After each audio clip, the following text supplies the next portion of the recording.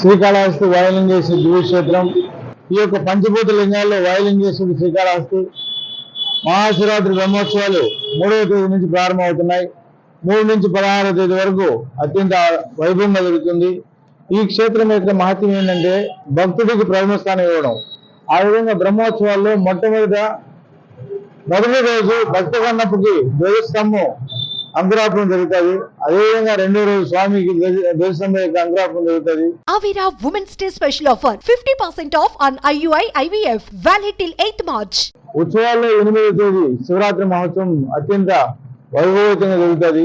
ఆ తర్వాత రథోత్సవము, అదే రోజు సాయంత్రం తెప్పోత్సవం, మరుసటి రోజు కళ్యాణోత్సవం.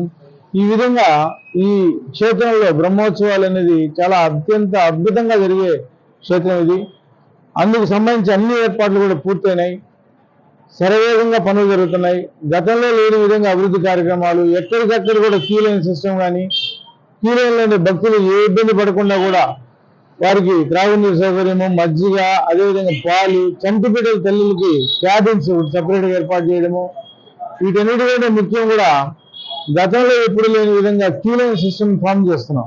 ఎక్కడ స్టాఫ్లు లేకుండా, తొక్కిడి లేకుండా ప్రతి ఒక్కరూ సర్వదర్శనం చేసుకునే విధంగా స్వామివారి దగ్గర 4 స్టేజెస్ గా, ఒకటి ప్రోటోకాల్ ఉండే వాళ్ళకి, తర్వాత 500 రూపాయల టికెట్, తర్వాత 100 రూపీస్ టికెట్, తర్వాత సర్వదర్శనము, అన్ని లైన్స్ కూడా ఒకటే విధంగా పోతాయి.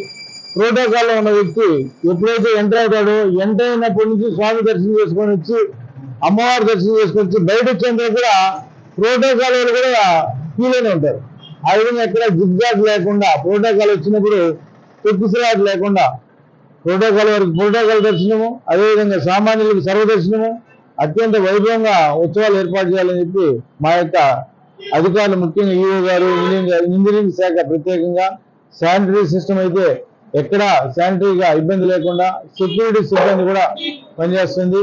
ఈ విధంగా అన్ని విభాగాలను మానిటర్ చేసుకొని బ్రహ్మోత్సవాలు విజయవంతం చేసేదానికి మాకు అన్ని విధాలా కూడా మా యొక్క శాసనసభ్యుడు బిఎఫ్ మసోరెడ్డి గారి యొక్క సహకారం కూడా తీసుకుని వారి యొక్క ఏర్పాట్లలో ఎక్కడ లోపాలు లేకుండా సక్సెస్ఫుల్ చేసే విధంగా ప్రయత్నిస్తున్నాం.